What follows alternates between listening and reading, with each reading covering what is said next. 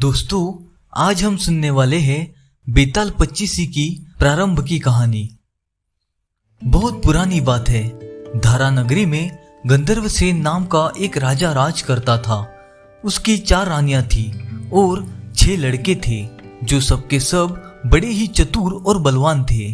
संयोग से एक दिन राजा की मृत्यु हो गई और उनकी जगह उनका बड़ा बेटा शंख गद्दी पर बैठ गया। उसने कुछ दिन राज किया, लेकिन छोटे भाई विक्रम ने उसे मार डाला और स्वयं राजा बन बैठा। उसका राज्य दिन ब दिन बढ़ता गया और वो सारे जम्बूद्वीप का राजा बन बैठा। एक दिन उसके मन में आया कि उसे घूमकर सैर करनी चाहिए और जिन देशों के नाम उसने सुने हैं उन्हें देखना चाहिए। इसलिए वो गद्दी अपने छोटे भाई भर्तृहरि को सौंपकर योगी बनकर राज्य से निकल पड़ा। उस नगर में एक ब्राह्मण तपस्या करता था। एक दिन देवता ने प्रसन्न होकर उसे एक फल दिया और कहा कि इसे जो भी खाएगा वो अमर हो जाएगा। ब्राह्मण ने वो फल लाकर अपनी पत्नी को दिया और देवता की बात भी बता दी। ब्राह्मणी बोली, हम अमर होकर क्या करेंगे, हमेशा भीख मांगते रहेंगे, इससे तो मरना ही अच्छा है। तुम इस फल को ले जाकर राजा को दे आओ और बदले में कुछ धन ले आओ। अपनी पत्नी की बात मानकर ब्राह्मण फल लेकर राजा भर्तृहरि के पास गया और सारा हाल कह सुनाया। भर्तृहरि ने फल ले लिया और ब्राह्मण को 1 लाख रुपए देकर विदा किया। भर्तृहरि अपनी रानी को बहुत चाहता था। उसने महल में जाकर वो फल उसी को दे दिया। रानी की मित्रता शहर के कोतवाल से थी। उसने वो फल कोतवाल को दे दिया। कोतवाल एक वेश्या के पास जाया करता था। कोतवाल उस फल को उस वेश्या को दे आया। वेश्या ने सोचा कि ये फल तो राजा को खाना चाहिए। वो उसे लेकर राजा भर्तृहरि के पास आई और उसे दे दिया। भर्तृहरि ने उसे बहुत सा धन दिया, लेकिन जब उसने फल को अच्छी तरह से देखा तो पहचान लिया। उसे बड़ी चोट लगी, पर उसने किसी को कुछ नहीं कहा। उसने महल में जाकर रानी से पूछा कि तुमने उस फल का क्या किया? तो रानी ने कहा कि मैंने उस फल को खा लिया। राजा ने जब वो फल निकाल कर दिखा दिया तो रानी घबरा गई और उसने सारी बात सच सच कह दी। भर्तृहरि ने पता लगाया तो उसे पूरी बात समझ में आ गई। वो बहुत दुखी हुआ। उसने सोचा, ये दुनिया माया जाल है, इसमें अपना कोई नहीं। वो फल लेकर बाहर आया और उसे धुलाकर स्वयं खा लिया। फिर राजपाट छोड़कर योगी का भेष बनाकर जंगल में तपस्या करने चला गया। भर्तृहरि के जंगल में चले जाने से राजा विक्रम की गद्दी सुनी हो गई। जब इंद्रदेव को यह समाचार मिला तो उन्होंने एक देवता को धारा नगरी की रखवाली के लिए भेज दिया। अब वो देवता रात दिन वही रहने लगा। भर्तृहरि के राजपाट छोड़कर वन में चले जाने की बात राजा विक्रम को मालूम हुई तो वो लौटकर अपने देश में आया। आधी रात का समय था। जब वो नगर में घुसने लगा तो देवता ने उसे रोक दिया। राजा ने कहा, मैं विक्रम हूँ, ये मेरा राज है, तुम मुझे रोकने वाले कौन होते हो? देवता बोला, मुझे इंद्रदेव ने इस नगर की रखवाली के लिए भेजा है। तुम सच्चे राजा विक्रम हो तो आओ, पहले मुझसे लड़ो। दोनों में लड़ाई हुई। राजा विक्रम इतना पराक्रमी और बलशाली था कि उसने जरा सी देर में देवता को पछाड़ दिया। तब देवता बोला, हे राजन, तुमने मुझे हरा दिया, मैं अपनी हार स्वीकार करता हूँ। और उसने आगे कहा, राजन, एक नगर और एक नक्षत्र में तुम 3 आदमी पैदा हुए थे। तुमने राजा के घर जन्म लिया, दूसरे ने तेली के और तीसरे ने कुमार के। तुम यहाँ का राज करते हो, तेली पाताल का राज करता था। कुमार ने योग साध कर तेली को मार दिया और फिर स्मशान में पिशाच बनाकर सिरस के पेड़ से लटका दिया है। अब वो तुम्हें मारने की फिराक में है, उससे सावधान रहना। इतना कहकर देवता चला गया और राजा महल में आ गया। राजा को वापस आया देख सबको बड़ी खुशी हुई। नगर में आनंद मनाया गया। राजा फिर राज करने लगा। एक दिन की बात है कि शांतिशील नाम का एक योगी राजा के पास दरबार में आया और उसे एक फल देकर चला गया। राजा को आशंका हुई कि देवता ने जिस आदमी का जिक्र किया था कहीं वो ये तो नहीं है।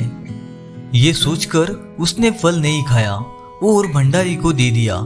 योगी आता और राजा को एक फल दे जाता। संयोग से एक दिन राजा अपना अस्तबल देखने गया था। योगी वहीं पहुंचा और फल राजा के हाथ में दे दिया। राजा ने उसे उछाला तो वो हाथ से छूटकर धरती पर गिर पड़ा। उसी समय एक बंदर ने झपटकर उसे उठा लिया और तोड़ डाला। उसमें से एक लाल पत्थर निकला जिसकी चमक से सबकी आंखें चौंधी आ गई। राजा को बड़ा आश्चर्य हुआ। उसने योगी से पूछा, आप ये लाल पत्थर मुझे रोज क्यों दे जाते हो? योगी ने जवाब दिया, महाराज, राजा, गुरु, ज्योतिषी, वैद्य और बेटी, इनके घर कभी खाली हाथ नहीं जाना चाहिए।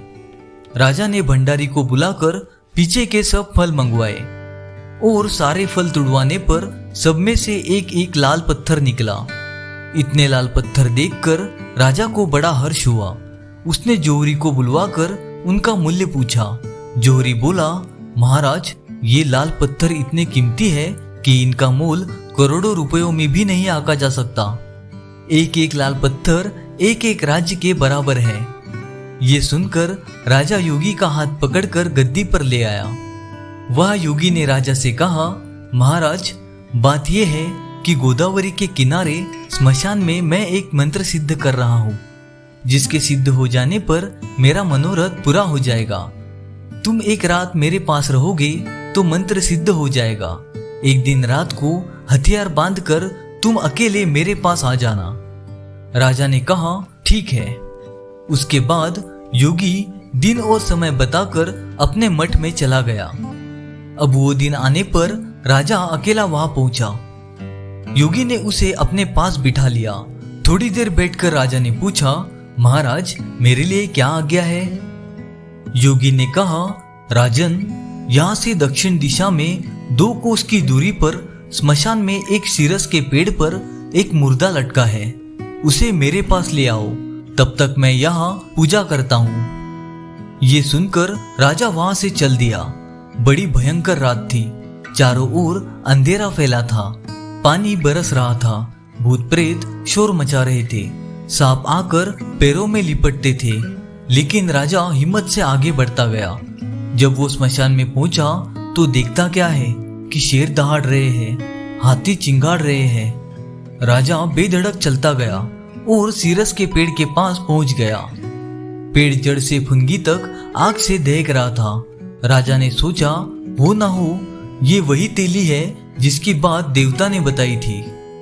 पेड़ पर रस्सी से बंधा मुर्दा लटक रहा था। राजा पेड़ पर चढ़ गया और तलवार से रस्सी काट दी।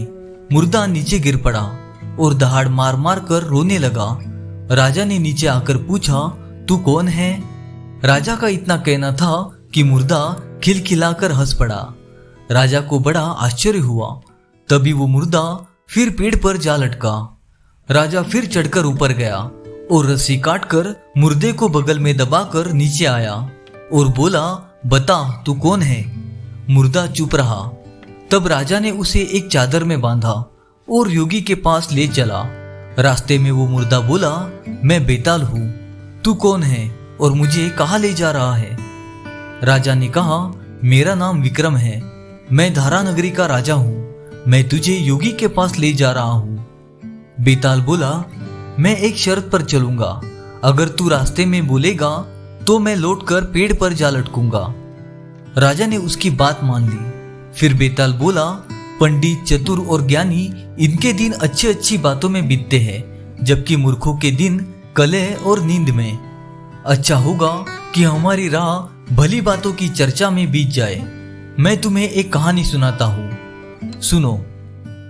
तो दोस्तों, यही से शुरू होता है राजा विक्रम और बेताल की कहानियों का सिलसिला। आगे की कहानियां सुनने के लिए हमारे चैनल को सब्सक्राइब करें और हमसे जुड़े रहे। साथ ही बेल आइकन को दबाना ना भूलें ताकि हमारी नई नई कहानियां आप तक सबसे पहले पहुंच सके। धन्यवाद।